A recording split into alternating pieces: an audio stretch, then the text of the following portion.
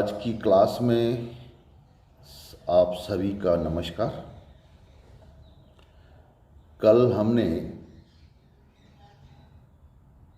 अध्याय 10 महाराजपुर से ग्वारी घाट के लेखक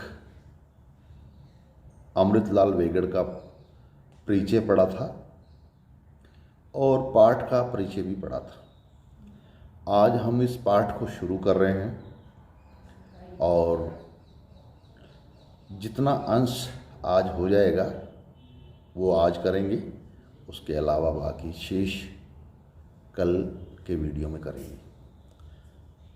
पहले मैं इस पाठ के पैराग्राफ का पाठ करता हूँ और फिर मैं आप लोगों को उसकी व्याख्या करते हुए समझाते चलता हूँ। क्या यही वह सहस्त्रधारा है? सामने तट से जाते समय इसे दीपावली की छुट्टी में देखा था। सचमुच सहस्त्रधारा थी। नर्मदा की अजस्र जलधाराओं का सैलाब उमड़ रहा था। दूर दूर तक फैले अनगिनत प्रपात नदी के वेग को चौबाला कर रहे थे। हरहराती, उफनती, बलखाती धारा के पास जाने में बड़ा भय लगा था। और आज प्रश्नवाचक चिन्ह। जैसा कि पाठ के परिचय में मैंने आप लोगों को बताया भी था पिछले व्याख्यान में कि श्री अमृतलाल वेगड़ ने नर्मदा की 2 यात्राएं की थी जो 1977 से लेकर 2009 तक अनवरत चलती रही थी। एक लंबा समय उन्होंने नर्मदा की परिक्रमा यात्रा करने में बिताया। तो पिछली बार देखी हुई नर्मदा नदी की सहस्त्रधारा को जब गर्मी की ऋतु में पुनः देखते हैं तब वो एक सवाल करते हैं कि क्या ये वही सहस्त्रधारा है? सामने तट से जाते समय से दीपावली की छुट्टी में देखा था वो वही है? क्योंकि गर्मी में वो सहस्त्रधारा सिकुड़ गई। नदी एकदम छोटी सी धारा में रह गई। उस समय पर अजस्र जलधाराओं का सैलाब उमड़ रहा था, यानी कि नदी पूरे वेग से बह रही थी और दूर दूर तक फैले अनगिनत प्रपात यानी झरने नदी की वेग को चौबाला कर रहे थे। चौबाला का मतलब है 4 गुना वेग से इसको बहा रहे थे। हरहराती शब्द देखिए, उफनाती, बल खाती, धारा के पास जाने में बड़ा भय लगता था। यानी कि उस समय नदी इतनी वेग से बह रही थी कि कोई इसके पास नहीं जा सकता था। और आज नदी सूख गई है, इसकी सहस्त्रधारा सूख गई है और पाट भी फैल गया है चारों तरफ से। और चारों तरफ से फैलने के बाद में अब नदी बड़ी क्षीणकाय सी, कमज़ोर सी दिख रही है। बहुत खोजने पर एक सूक्ष्म धारा मिली, यानी कि नदी को जिसको मैंने वेग से बहते हुए देखा, उफनते हुए देखा, वो नदी की एक छोटी सी धारा मिलती है लेखक को। नर्मदा का सूख की चट्टानी पाट गर्म कढ़ा की तरह खोल रहा था। यानी कि जो पाट था, जो रेतीला हो गया था, पहले पानी में डूबा हुआ रहता था, वो पाट अब रेतीला पाट हो गया, यानी किनारा बड़ा चौड़ा हो गया, उसको पाट कहेंगे। और वो गर्म कढ़ा की तरह खोल रहा था। गरम कढ़ा जैसे खोलता है वैसे नहीं खोलता, यानी वो रेत इतनी तप्त हो गई थी, इतनी गर्म हो गई थी कि उस रेत में हम खड़े नहीं रह सकते, उसको छू नहीं सकते, इतनी गर्म हो गई थी रेत।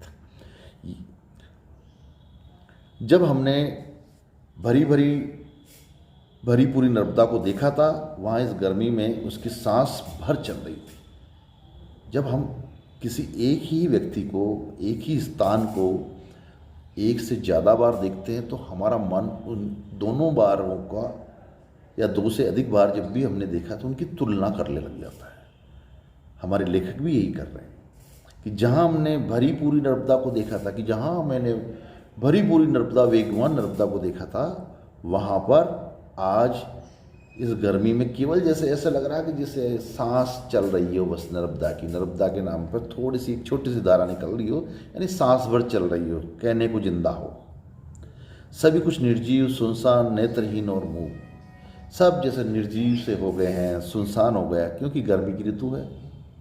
तो निर्जीव यानी कोई हलचल नहीं है, सुनसान, आसपास कोई परिंदा तक नहीं है, कोई प्राणी नहीं है, कोई व्यक्ति नहीं है, कोई मानव नहीं है।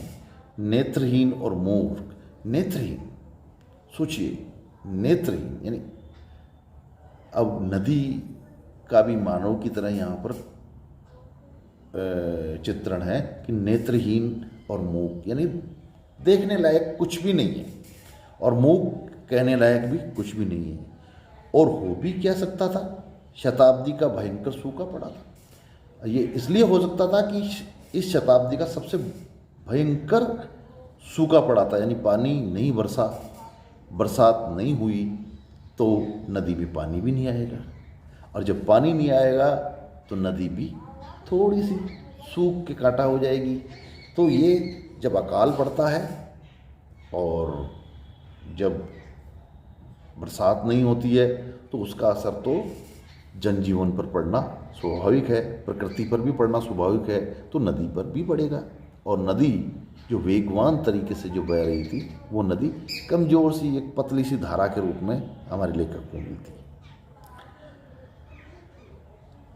कुएं, तालाब, नदी, नाले प्राय सूख चले थे, सब सूख गए, क्योंकि शताब्दी का सबसे भयंकर सूखा है, तो सब सूख गए।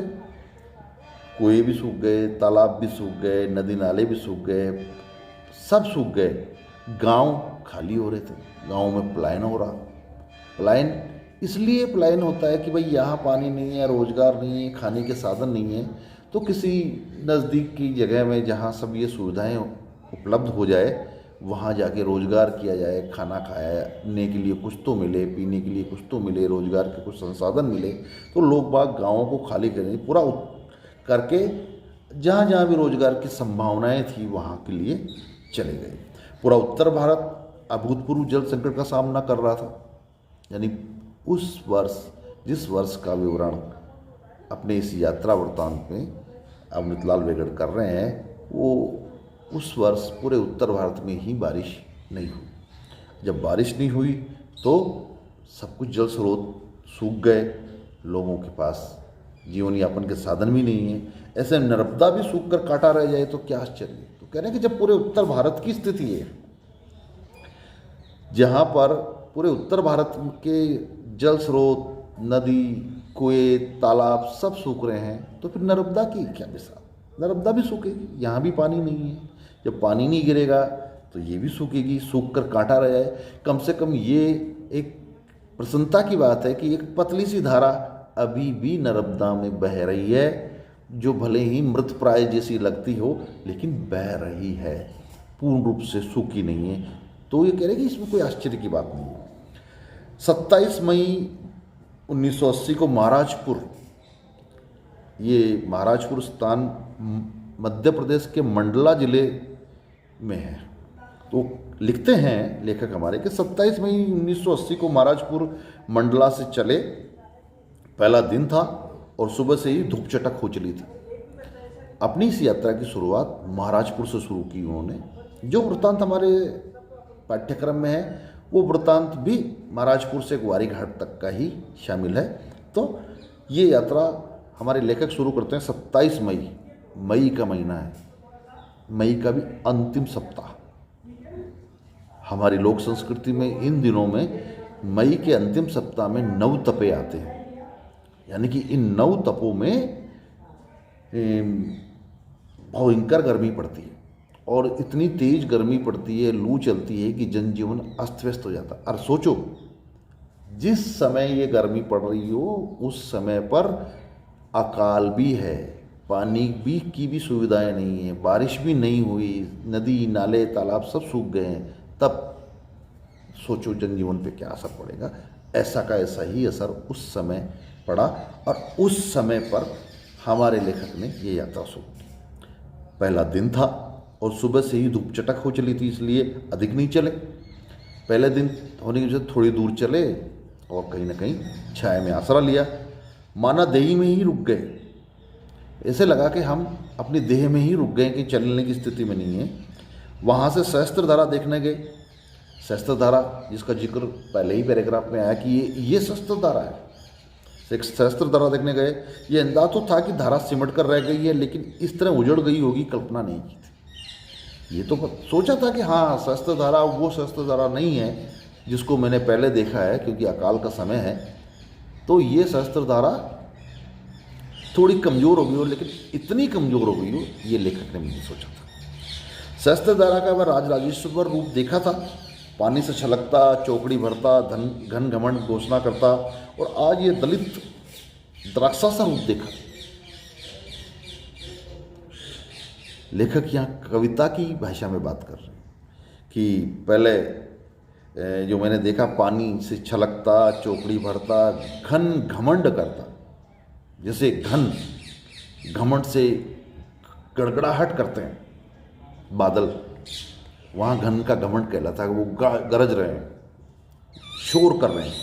इसी तरह का शोर ये सहस्त्रधारा का पानी भी क्या करता था। ऐसा लेखक के मस्तिष्क में अंकित है, तो वो वापस उसको पुनः स्मरण कर रहे हैं, याद कर रहे हैं कि वो घोषणा करता था, और आज ये है दलित द्राक्षासा। द्राक्षा कहते हैं अंगूर, सूखे हुए अंगूर को, दलित कमजोर, दलित यानी यहाँ ऐसा व्यक्ति जिसको सब तरह से दबाया गया हो और दबाने के बाद में उसको शारीरिक मानसिक कष्ट दिया गया हो, उस दलित की तरह का ये व्यवहार, मतलब इसका स्वरूप नज़र आ रहा है कि सूखा हुआ जो अंगूर है जब द्राक्षा बन जाता है, तो द्राक्षा बनने के बाद में वो कमज़ोर, कम सा, चमड़ी चमड़ी से होता देखा होगा आपने, जिसे बोलचाल की भाषा में हम किशमिश कहते हैं ना, उसको द्राक्षा कहा जाता है। तो वो रूप देखा, द्राक्षासा रूप देखा, निर्जला, नीरव, मूक और चट्टानों का ढांचा। निर्जला जहाँ जल नहीं है, नीरव जहाँ शांति है, कोई आ रहा नहीं है, कोई जा रहा नहीं है। लोग पहले सहस्त्रधारा को देखने के लिए लोग उमड़ पड़ते थे, वहाँ पर लोग है ही नहीं, अकेला है, सुनसान है, मूक, कुछ भी शोर नहीं, चुपचाप, जैसे कि कोई दर्द के मारे, पहले तो मतलब अपनी तकलीफ से, अपने डर से, भय से, अपनी कमजोरी की वजह से आदमी चुप रहता है, ऐसे मूक। और चट्टानों का ढांचा मात्र, जो चट्टानें पहले पानी में डूबी हुई हुआ रहा करती थी, वो चट्टानें पानी से बाहर आ गई, पानी नहीं है, तो वो चट्टानों का ढांचा सा नज़र आ रहा है। उतार चढ़ाव किसके जीवन में नहीं आते। बात नर्मदा नदी की हो रही है, लेकिन हमारे लेखक नर्मदा नदी के बहाने से जीवन की भी बहुत बड़ी बात कह जाते हैं कि उतार चढ़ाव किसके जीवन में नहीं आते, नदी के जीवन में भी आते हैं, इंसान के जीवन में भी आते हैं। जीवन हमेशा एक जैसा नहीं रह सकता। आज अच्छा, कल कम अच्छा, परसों उससे कम अच्छा हो सकता है कि बुरा भी हो सकता है। ये जीवन के रंग है। जीवन के रंग कौन सा रंग कब आए, क्योंकि यथास्थिति कभी भी नहीं रहती। हमेशा सुख सुख सुख नहीं हो सकता, और हमेशा दुख दुख भी नहीं हो सकता। स्थिति बदलती। मुझे इसी बात को लेके एक छोटी सी कहानी याद आती है कि एक व्यक्ति था जो अक्सर प्रसन्नता जब उसे होती तो उस प्रसन्नता का आयोजन वो बड़े लंबे समय तक करता, और जब कोई उसके जीवन में दुख आ जाता तो उस दुख का शोक भी वो बड़े लंबे समय तक करता। तो ऐसे में उसके काम और बिगड़ जाते। तो उसने एक पंडित जी से सलाह मांगी कि पंडित जी मुझे कोई ऐसा रास्ता बताओ कि मैं जब दुखी होता हूँ तो बड़ा लंबे समय दुखी हो जाता हूँ, और प्रसन्न होता हूँ तो प्रसन्न हो जाता हूँ। इस चक्कर में मेरे और भी काम बिगड़ जाते हैं, प्रसन्न होने पर भी बिगड़ जाते हैं और दुखी होने पर बिगड़ जाते हैं। तो मुझे कोई ऐसा उपाय बताओ कि जिससे कि मैं इन सारी चीज़ों से बहुत जल्दी उबर जाऊँ। तो पंडित जी ने एक सामान्य सी धातु की एक अंगूठी, उसकी अंगूठी वाली रिंग फिगर जिसे अपन बोलते हैं बोलचाल में, उसमें पहना दी। उसे कहा कि जब तुम्हें भी ऐसी स्थिति नजर आए कि मैं ज़्यादा ही रंग राग में डूब रहा हूँ, ज़्यादा ही कष्ट और शौक में डूब रहा हूँ, इस अंगूठी को देख लेना। और उस अंगूठी पे क्या लिखा हुआ था मित्रों? उस अंगूठी पे लिखा हुआ था, यह भी बीत जाएगा। ये सुख है, ये भी बीत जाएगा। ये दुख है, ये भी बीत जाएगा। यानी कि कोई भी चीज़ स्थायी नहीं है।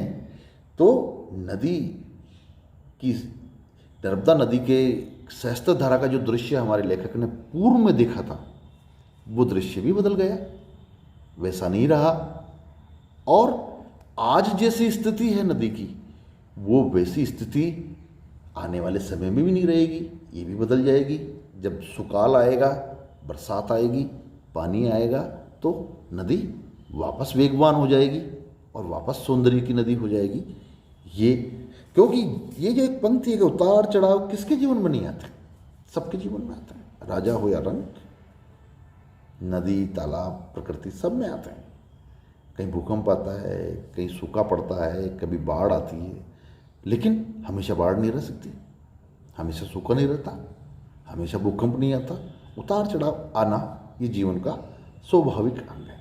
तो हमें भी अपने जीवन में अगर कोई छोटे बड़े उतार चढ़ाव अगर आते हैं, तो उन उतार चढ़ावों को सहज में लेने का ही प्रयास करना चाहिए। अगर हमने उसको थोड़ा ज़्यादा ही गंभीरता से ले लिया, तो वो उतार चढ़ाव हमारे जीवन को विकृत कर सकते हैं और हम उनमें डूब के उलझ के रह जाएंगे। हम हमारे जो कर्तव्य है, कार्य है, वो कार्य भी हम नहीं कर पाएंगे।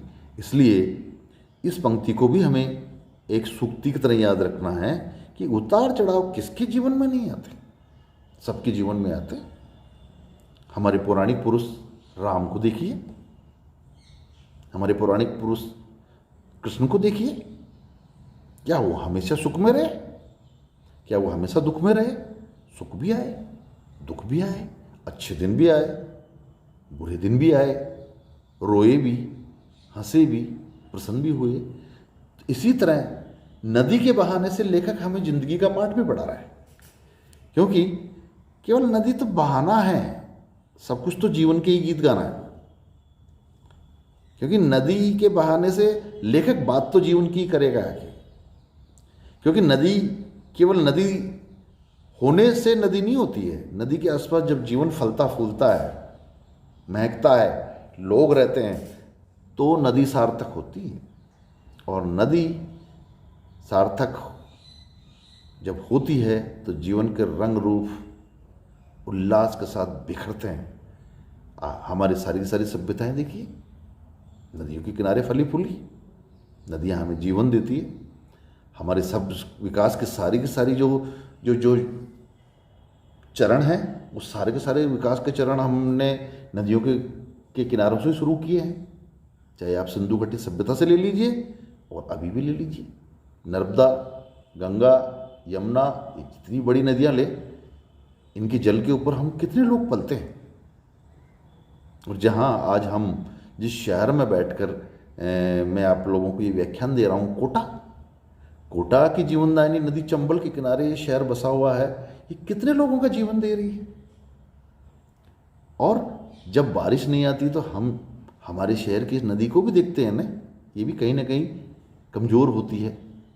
जहाँ बांध बनाए हुए हैं, चलो बांध के जो तालाब है वो तो चलो भरे रहते हैं, थोड़े बहुत कम होते हैं, लेकिन जो नीचे की धाराएं हैं जहाँ बांध नहीं है, वहाँ नदी सूख जाती है, वहाँ की धारा बड़ी पतली हो जाती है, नदी का पैंदा हमें नज़र आ जाता है और बड़ी कमज़ोर सी नज़र आती है। तो ये सारी चीज़ें हैं, तो हमें हमेशा याद रखना है कि जीवन में उतार चढ़ाव आना एक स्वाभाविक प्रक्रिया है और किसके नहीं आते, सबके आते हैं।